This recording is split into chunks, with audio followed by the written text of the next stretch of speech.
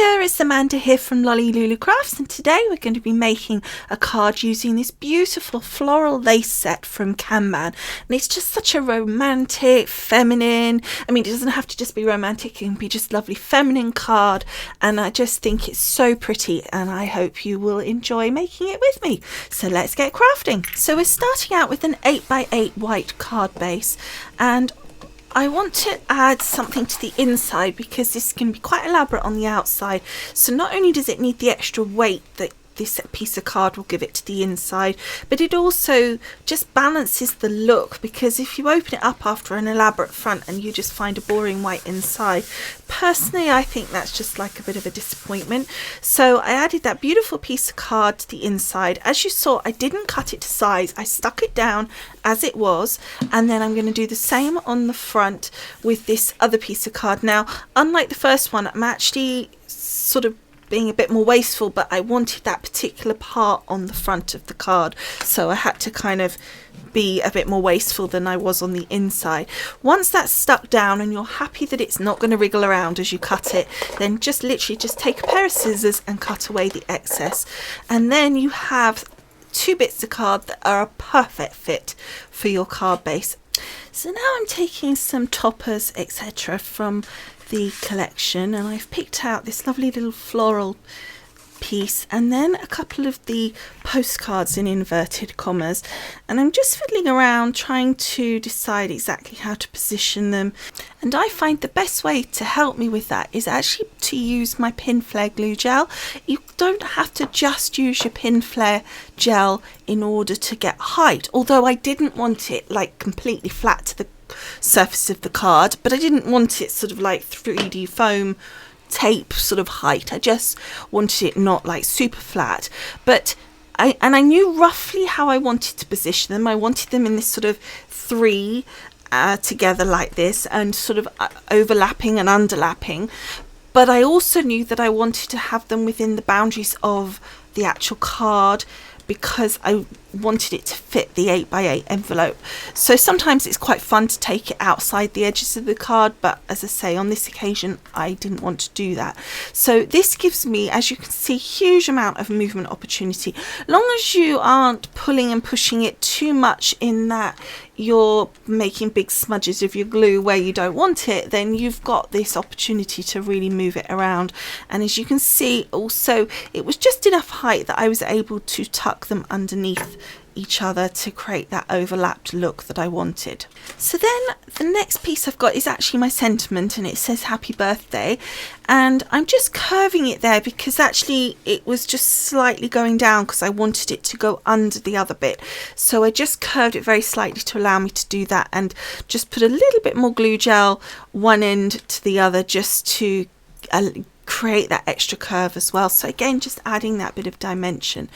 Then I'm taking one of these buttons that were on the topper sheet, and this one has like a little clock face on it, and I'm just adding some twine. So you'll see I double threaded it through each hole, and then I looped it through the loop of the twine, and that gives me something to work against easily that's sort of solid for doing the bow. It just makes it simpler. It's not slipping and sliding around. The actual thing's slipping and sliding around, but the actual bow isn't moving.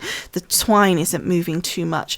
And then I'm just making a very simple bow, just holding it there in the center while I'm pulling those tails to shorten the loops, and then just pulling those loops again, and just keep doing that until you've got it the right sort of size loop that you want.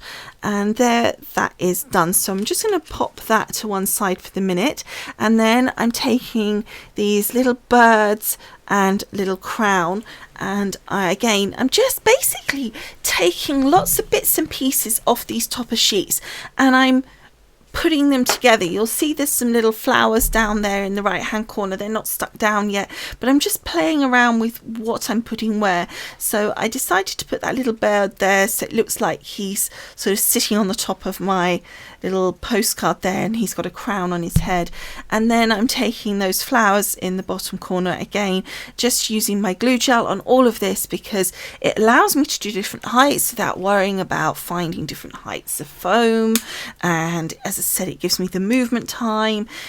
it's just so much easier, I find. And so then I'm just sticking those down like that in the corner, just creating that kind of bouquet look that we get from using paper flowers, sort of similar but in a sort of a different look.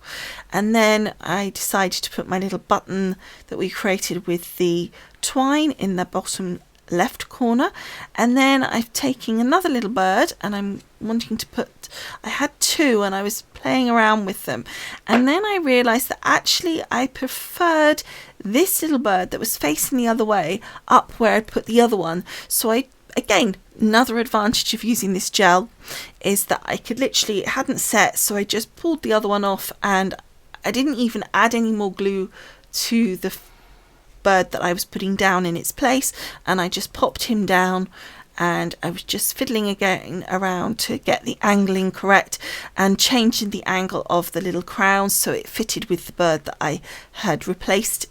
And yeah, and then the other bird obviously I stuck down as well on the top there. And then as a final touch, I just added those little die cut filigrees that you saw. This was just some scraps that I had in my box, and also some gems and some stick pins. And the stick pins you could just pop straight in behind your pieces of card, as long as you make sure it actually went through the glue gel that was behind the card anyway. That glue gel would then would then set, and that would set around those pins so it would hold them in place and you wouldn't need to add any additional glue. And then obviously with the gems I just stuck those down also with the glue gel, and that's it. I mean, it looks like a really complicated card, I think, but it actually really isn't. And you almost can't go wrong with putting stuff down. You just sort of put it where it seems right. Start with the basic building blocks of the big items and then just start adding all those little bits and pieces, and it just comes together because you're using items from the same collection, and so the colors all work really well together. And obviously it's designed in its actual designery part of it, you know, the actual images, etc., designed to go together as well. So it just comes together really, really nicely. At least I think it does, and I hope you do too. So that is it for this week. I hope you have enjoyed making this card with me. As always, do go on across to the blog post. Link is in the paragraph below this video if you're on YouTube, and if you go to the blog post you will find lots of photos, links to products used, etc., etc. Plus, of course, the most important thing of all is that you can subscribe to the website so that every time I post a video you will get an email to let you know, and you will be able to just click and you will be able to watch it with no worrying about trying to find it. So as I say, I hope you've enjoyed. Thank you so much for watching, and I will see you again next time. Bye for now. Bye.